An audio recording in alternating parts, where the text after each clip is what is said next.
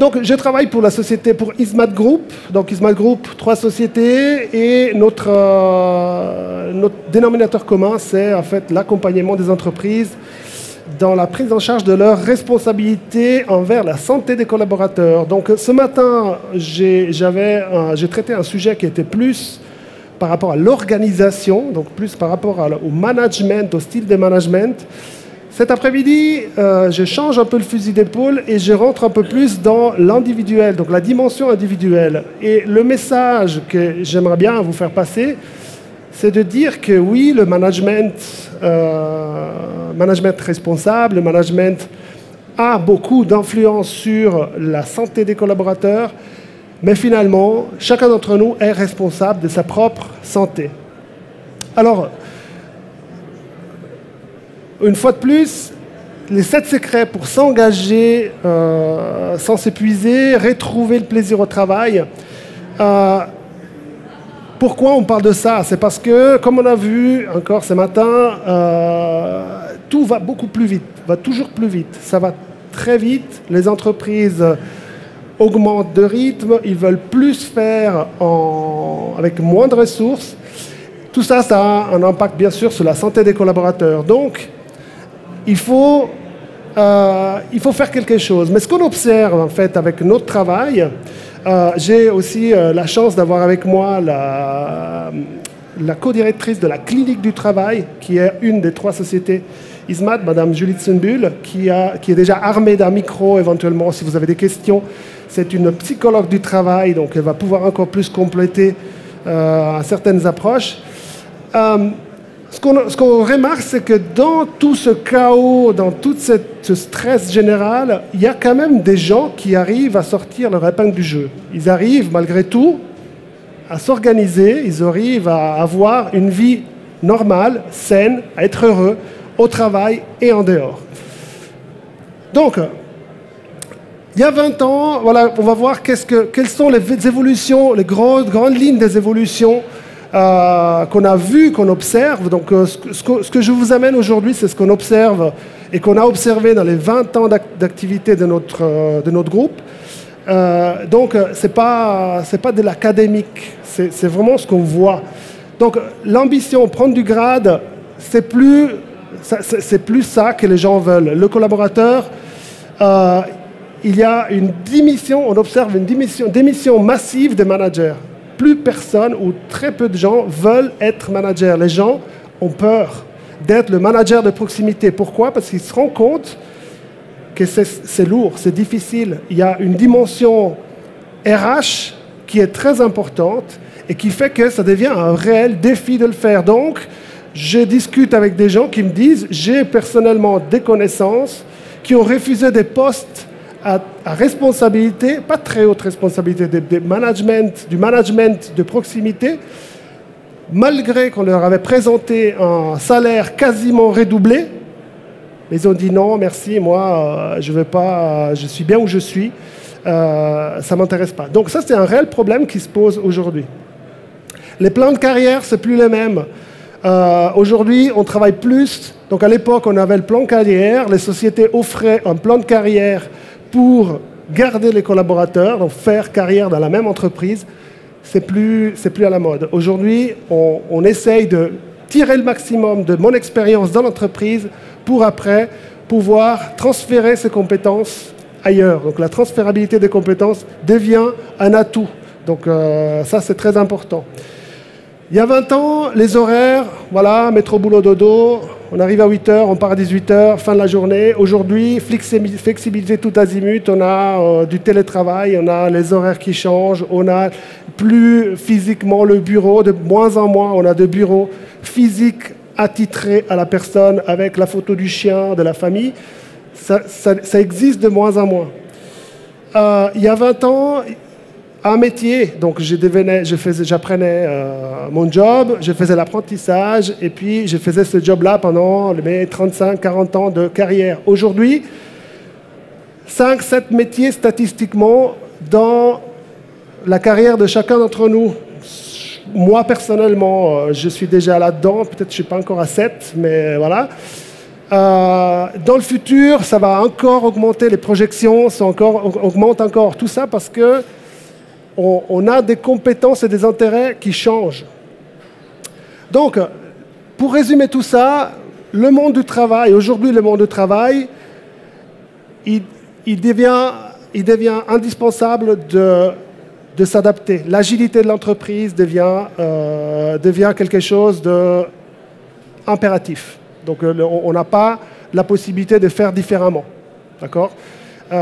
Il faut répondre tout pour hier. Il faut faire en sorte de montrer aux clients que quand ils appellent, ils ne doivent pas attendre parce que sinon ils vont ailleurs. C'est vraiment un vrai atout. La société, plus de bien-être ordinaire, moins disponible, plus occupée. Donc là, on a vu, la carrière n'est plus un enjeu pour réussir dans la vie. Les nouvelles générations ont absolument une autre approche par rapport à ça. On a vu, on sait, le temps, par exemple, le temps libre est devenu une réelle monnaie d'échange. C'est presque considéré comme du salaire. Je suis prêt à être moins payé. Travailler, par exemple, le travail partiel devient de plus en plus à la mode, on va dire. Je suis prêt à travailler un peu moins, être un peu moins payé pour pouvoir avoir plus de temps avec ma famille, avec mes amis, avec mes loisirs. C'est devenu quelque chose de beaucoup plus important. Le temps est considéré comme une vraie partie du salaire. Donc ça, c'est quelque chose qui change. Les technologies, ça, là aussi, tout va beaucoup plus vite. On a de la dématérialisation, on a de l'intelligence artificielle qui remplace ou qui substitue certains métiers. À voir si après c'est vrai, c'est clair qu'il y a certains métiers qui vont mourir, mais il y en a d'autres qui vont naître. Là où on voit un réel changement, c'est le changement entre l'inversion entre les deux rôles, entre la machine et l'homme. Maintenant, ce qui reste intéressant, c'est que par rapport à ça, des études qui ont été menées ont mené à dire que l'intelligence artificielle va encore s'améliorer, va encore prendre beaucoup de place. Mais là où on a peut-être encore des chances de rester unique, c'est sur l'intelligence émotionnelle et sur la résolution de problèmes. Donc c'est peut-être ça qui va encore faire la valeur ajoutée pour l'être humain. Donc les nouvelles technologies dictent le rythme et conditionnent le rôle de l'individu dans l'emploi. Alors dans tout ça, en fait, bien sûr, tout ça c'est des générateurs de stress. Et c'est pour ça d'ailleurs que je suis là aujourd'hui à vous en parler. C'est pour ça qu'il existe des sociétés un peu comme la clinique du travail. Donc la clinique du travail, pour que vous sachiez, le mot le dit, hein, c'est une société, c'est un groupe d'experts qui traite les mots MAUX du travail, donc les problématiques de décrochement professionnel, les problématiques de burn-out. Et c'est triste à dire, mais vous avez plein de boulot. C'est triste à dire, mais il y a beaucoup de travail, quoi. Donc les dossiers, les demandes d'intervention arrivent de plus en plus. Et c'est pour ça qu'on peut aujourd'hui vous amener un certain nombre de points d'attention qu'il faut que vous pourriez utiliser pour faire en sorte de se protéger. Parce que l'objectif, c'est ça. L'objectif, comme je vous disais en début de conférence, c'est de se rendre compte que chacun d'entre nous a la responsabilité de ses actes et a la responsabilité de sa propre santé. Donc,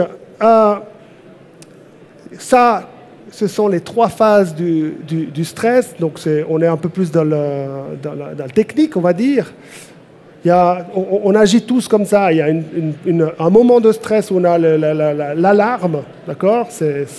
On est des animaux, donc il y a la partie alarme où on commence à transpirer, on commence à s'agiter, on commence à écarquiller les yeux. On résiste, d'accord ? J'essaye de résister, j'essaye de prendre sur moi, j'essaye de me dire de toute façon je vais y arriver parce que je suis fort, je n'ai jamais refusé, pourquoi je devrais lâcher aujourd'hui ?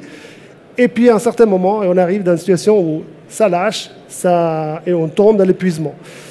Quand on parle de burn-out, épuisement professionnel, le problème, un des problèmes, c'est que cet épuisement arrive très souvent, très soudainement. Donc, on ne le voit pas venir et on se retrouve dedans. Donc, 7 secrets pour s'engager, est-ce qu'on peut parler de secrets? Je ne suis pas sûr, on va voir après. Mais ce que je veux vous dire avant de vous présenter en fait, les observations et les conseils qu'on donne, c'est que le vrai secret, c'est la discipline. Le vrai secret, c'est de se dire, il faut que je m'attelle à ça. Il n'y a pas de secret. Le vrai secret, c'est de se dire, je suis en train de démonter le truc. Voilà. Le vrai secret, c'est de se dire, je vais organiser mon comportement et ma vie d'une certaine façon et je vais m'y tenir. C'est exactement comme un sportif d'élite. C'est exactement comme quelqu'un qui veut perdre du poids. On est en début d'année, je suis sûr qu'il y a plein de gens qui ont dit « Ah, cette année, je vais perdre 10 kilos, 5 kilos. » Ça ne sert à rien si vous n'avez pas une certaine constance, une certaine motivation, une certaine discipline. Donc, le premier, être vigilant. Être vigilant, erreur courante. Alors ces erreurs, justement, c'est ça que si vous voulez, je vais vous les envoyer, on ne va pas tout lire. C'est des erreurs qui sont tirées de ce qu'on voit tous les jours dans notre travail, quand on intervient en entreprise, quand on a des cas à traiter avec la clinique du travail. Ça vient de là. Donc, être vigilant à soi-même, s'écouter. Donc, on s'estime toujours fort, on estime qu'on arrive toujours à y arriver. On essaye toujours de s'adapter pour pouvoir donner plus et ainsi de suite. Donc on croit toujours que ça arrive toujours aux autres. Eh bien, c'est pas vrai et c'est pas facile. Donc, être vigilant, les recommandations qu'on peut donner, en gros, c'est être à l'écoute de ses propres besoins. Et puis, savoir un petit peu, faire une sorte d'état des lieux. Qu'est-ce qui me ressource et qu'est-ce qui me consomme? Il y a des choses qui font que je vais bien et il y a des choses qui font que je vais mal plus vite. Je ne sais pas si je m'explique bien. Il y a des éléments dans votre vie, dans la vie de chacun, que ce soit professionnel ou privé, qui génèrent encore plus de stress et qui touchent encore plus. Donc, il est important d'être vigilant. Le deuxième conseil qu'on peut vous donner, c'est de laisser son job à sa juste place.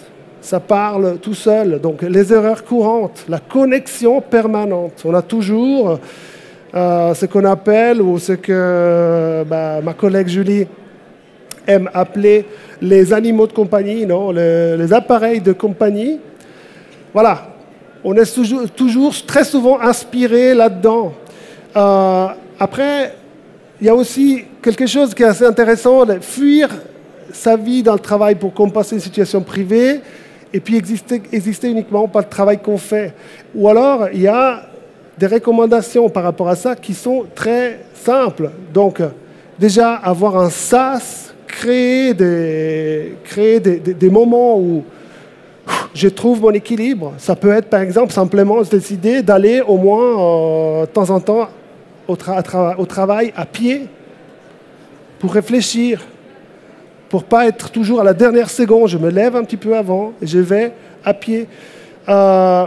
Quitter le travail, s'accorder un instant de plaisir. Un instant de plaisir, ce n'est pas forcément une bouteille de champagne tous les soirs. Pourquoi pas, mais ça dépend du champagne, on va dire ça comme ça. Mais une bouteille de plaisir, non, un instant de plaisir, ça peut être simplement changer de route pour rentrer à la maison et je passe dans une rue qui est jolie, un parc, bord du lac, ou je ne sais pas. Donc quelque chose comme ça.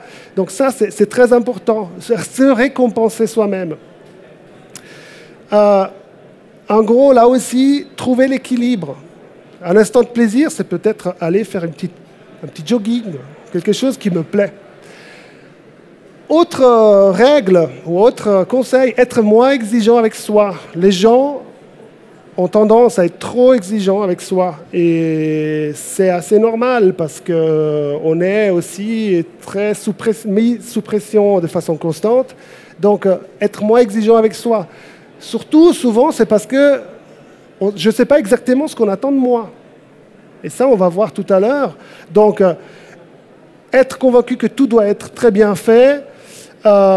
Et puis, notre erreur très classique, c'est de ne pas oser diminuer les exigences. Donc, ah non, mais c'est ça, c'est ce qu'on appelle la fameuse conscience professionnelle. C'est ça qu'il faut que je fasse. Mais qui t'a dit qu'il faut que tu fasses ça? Je ne sais pas. Voilà, j'ai plein d'exemples comme ça où il y a des personnes qui fournissent une qualité trop grande par rapport à ce qu'on leur demande. Donc, recommandation numéro 1, obtenir, clarifier avec vos responsables, avec vos managers, avec vos clients parfois, clarifier le niveau de qualité attendu. Qu'est-ce que tu attends de moi? Et puis là, je vais te la donner. Donc, clarifier ça, clarifier les moyens aussi pour les atteindre. Et puis, j'aime bien rappeler ça aussi, la dernière, être fier de soi à la moindre occasion. C'est tellement important d'être fier de soi. Je reviens avec la bouteille de champagne. Mais ça peut être juste de me dire, ouais, là, je suis content de moi. Même si personne ne l'a vu, mais vous savez ce qu'il y a derrière. Soyez content de vous, récompensez-vous. Faites, voilà, là, j'ai fait du bon boulot. Tiens, je vais manger un chocolat. Il m'est arrivé de rencontrer une personne qui faisait ça, qui mangeait un petit chocolat à chaque fois qu'il était fier d'elle. C'était une dame. Bon, c'était pas tous les jours, c'est pas tous les heures qu'elle était fière d'elle, hein, sinon, voilà. Mais voilà, il faut des réelles raisons. Mais en tout cas, de se reconnaître soi-même, être content de soi-même. S'entourer des personnes ressources, donc avoir les bonnes ressources pour les bonnes personnes autour de vous. Donc, erreur courante, s'isoler. Ah, je ne sais plus quoi faire, alors je m'isole. Je ne sais pas comment faire. J'ose pas demander de l'aide parce que j'ai peur qu'on pense que je suis incompétent. J'ose pas demander de l'aide parce que je ne veux pas déranger. Arrêtez de faire ça. Si vous êtes là-dedans, on est de plus en plus en train d'injecter dans les entreprises ce qu'on appelle la politique de l'entraide.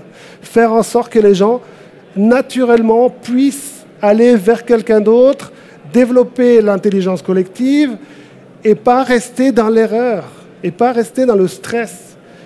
Vous avez des personnes qui on disait avant, il y a des gens dans tout ce stress qui trouvent le système de ne pas être stressé. Mais allons les voir, on va leur demander comment tu fais. Parlons. Donc ça, c'est vraiment important. Et puis, s'isoler dans la vie privée, c'est aussi une erreur, ou alors aussi fréquenter des personnes toxiques. Parce que, voilà, c'est quand même mon pote, mais finalement, il ne fait que se plaindre. Alors, recommandation, avoir des alliés, donc essayez d'avoir toujours des gens qui vous soutiennent, des gens qui sont plutôt des moteurs et pas des freins. Et puis, s'inspirer des autres, ne pas avoir peur à dire, lui, c'est quelqu'un qui bosse bien, il m'inspire, j'ai envie pas d'être lui, mais de lui ressembler, au moins professionnellement. Pourquoi pas? Le point numéro 5, éduquer les nouvelles technologies, erreurs. Donc, typiquement, c'est les messages.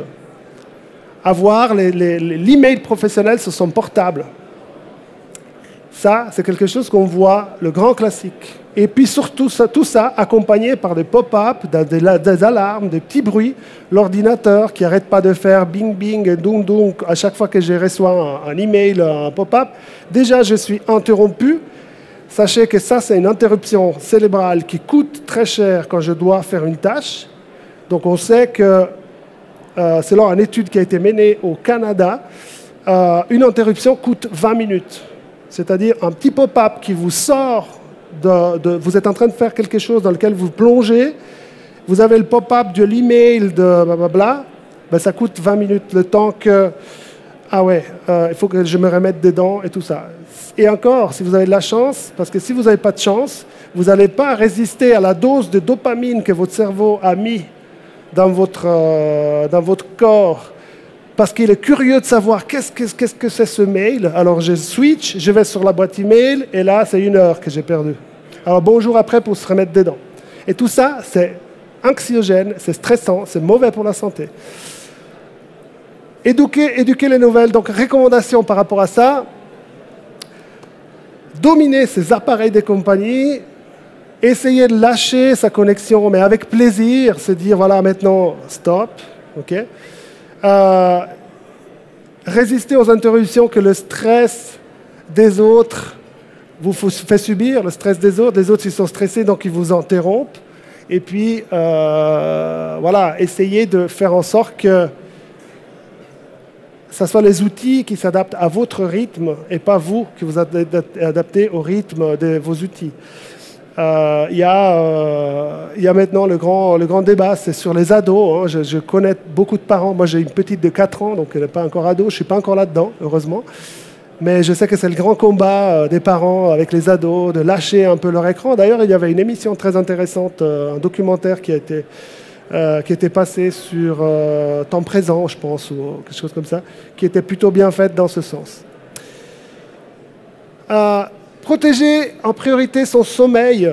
Alors, j'en discutais justement avec Julie, qui est psychologue du travail, et quand quelqu'un, c'est une des premières choses sur lesquelles on interroge quelqu'un qui se sent, qui se déclare en danger, il est à 2 doigts de lâcher. La première chose qu'on lui demande, est-ce que vous dormez bien? Est-ce que vous dormez suffisamment? Est-ce que votre sommeil est dérangé? C'est extrêmement important de pouvoir se récupérer. Donc, par exemple, le grand classique, travailler sur un écran avant de dormir, que ce soit l'ordinateur ou le téléphone. Un petit coup d'email avant de me coucher. Ça ne va pas.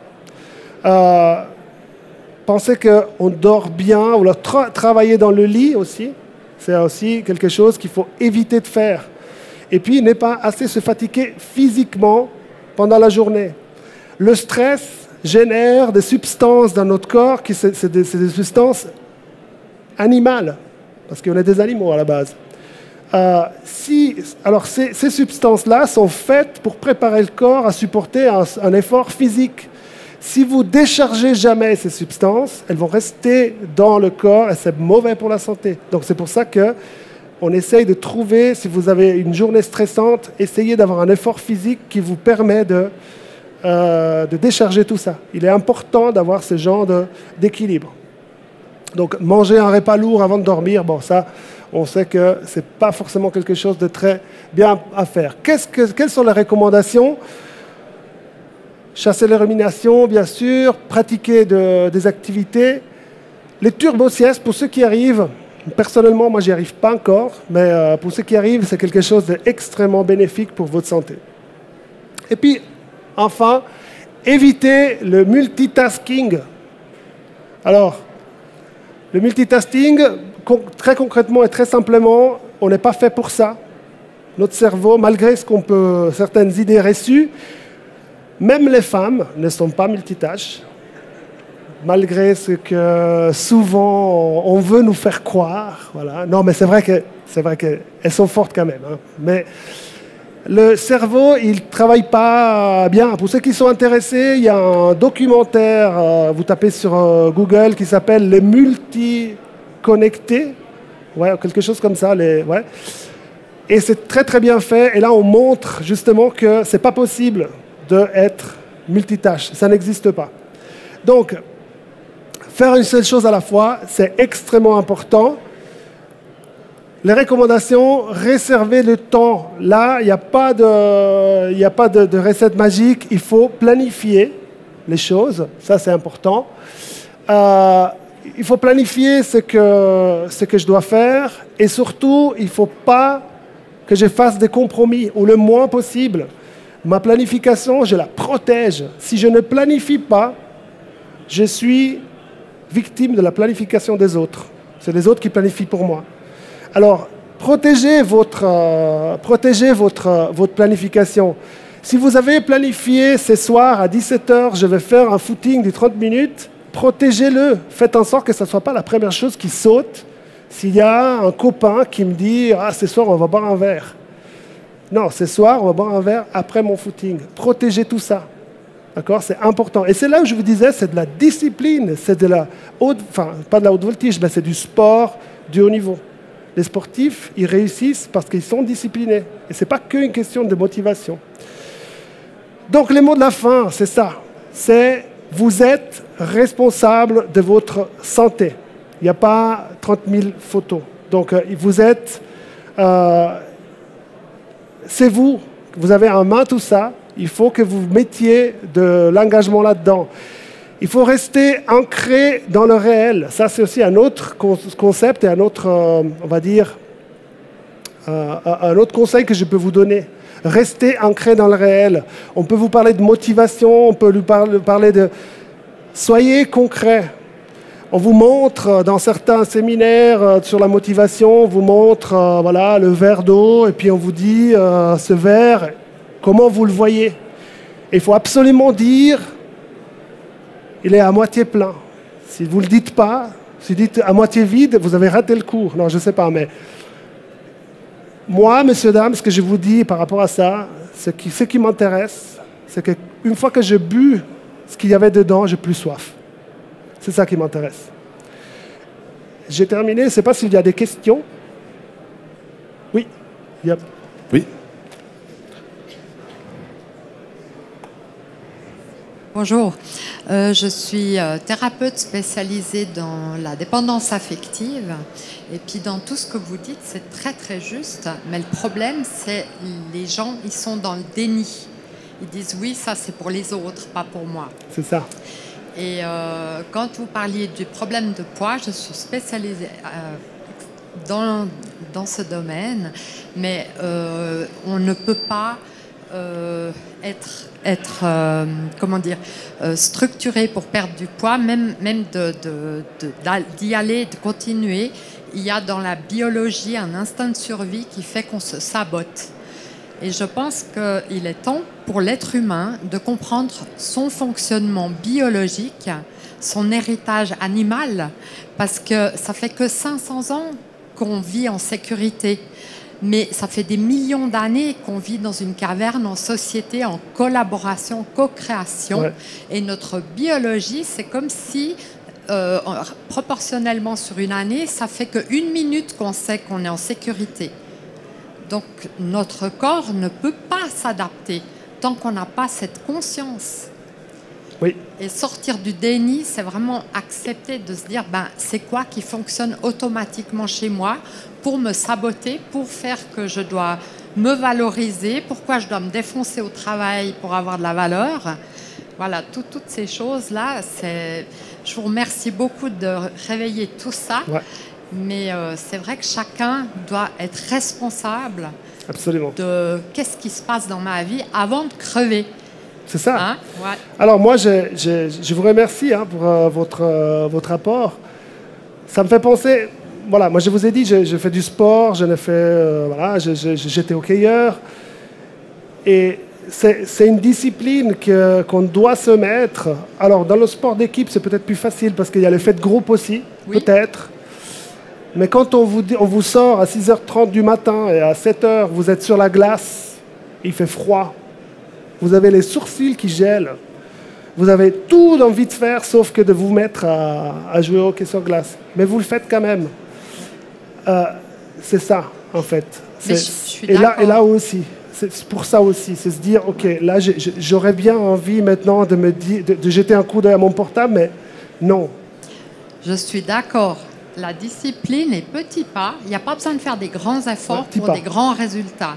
Oui. Mais tant que dans la biologie, on a nos ressources, comme le respect de soi, si on n'a pas grandi avec des parents qui nous respectent, qui nous valorisent, oui. Inconsciemment, on va toujours se saboter, même si on est rigoureux. Il y a un moment donné dans la vie où tu ramasses la claque et où tout s'écroule de nouveau, on peut recommencer à zéro. Ok. Donc la discipline, c'est très bien, Oui. mais il y a des gens qui sont capables, ceux qui ont eu des ressources, ceux qui ont eu une famille aimante, valorisante et tout ça, il n'y a pas de problème pour eux. Ouais. Mais ceux qui n'ont pas vécu ça, et on voit de plus en plus avec les problèmes de surpoids qui sont en train d'envahir la planète, eh ben, c'est toutes des personnes dépendantes affectives. Oui. Et elles ne peuvent pas, tant qu'elles n'ont pas résolu leurs problèmes émotionnels, être disciplinées. Ça ne marche pas. D'accord. Non, mais j'apprends des choses. Maintenant, c'est pour ça que aussi je soulignais l'importance de l'entraide. Donc ces personnes-là vont forcément aller s'ancrer quelque part. Il y avait une autre question peut-être? Est-ce qu'il y avait une autre question? Je suis désolé, je suis en train de déborder là. Je ne sais pas si toutes les personnes en surpoids, c'est qu'elles ont eu un problème familial. On a faim, quoi, c'est tout. Juste une question rapide. Comment est-ce que vous calculez le ratio entre 1% de perfectionnisme pour 30% de stress? C'est ce qu'il y avait là-dessus. Hein. C'est un peu c'est des statistiques qui sont données. On essaye de faire en sorte, c'est vraiment des grandes lignes. Et puis c'est juste pour donner une idée. Ça veut dire que plus je suis, c'est le ratio quelque part, c'est 30 fois. Ma recherche de perfectionniste, je la paye fois 30 en stress. Ça, je comprends bien, mais comment ça a été mesuré et par quoi? Par une étude sur X cas ou c'est ça que j'aimerais juste comprendre. On m'entend? Oui. Ça a été mesuré. Ça a été mesuré. Ça n'a pas été mesuré en fait. Je vous dis, c'est ce qu'on observe. J'aurais pu dire de 1 à 30. C'est qu'on voit que on voit cette proportion. Ça peut être c'est pour vous dire que c'est énorme cette recherche de perfectionnisme. Ce que je paye derrière en termes de stress, c'est énorme. Et ce que je veux souligner par ça, après, vous prenez pas, c'est 1,30.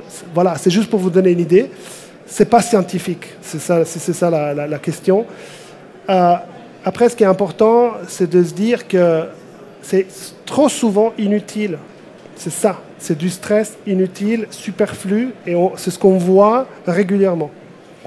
Je pourrais peut-être juste résumer alors en disant ce que ma grand-mère me disait, le mieux est l'ennemi du bien. Le mieux est l'ennemi du bien, ouais, peut-être, ouais. Les justes, c'est ce qu'il faut faire. Ouais. Merci. Alors, effectivement, je pense qu'on pourrait en discuter encore, je pense, encore longtemps. Malheureusement, il y a d'autres conférenciers qui vont venir tout à l'heure. Moi, j'avais quand même juste une question. Vous avez parlé d'exigences, de planification. C'est en théorie faisable et bien, mais on vit quand même de plus en plus avec plus de pression. Le stress devient aussi de la pression qu'on nous met de plus haut.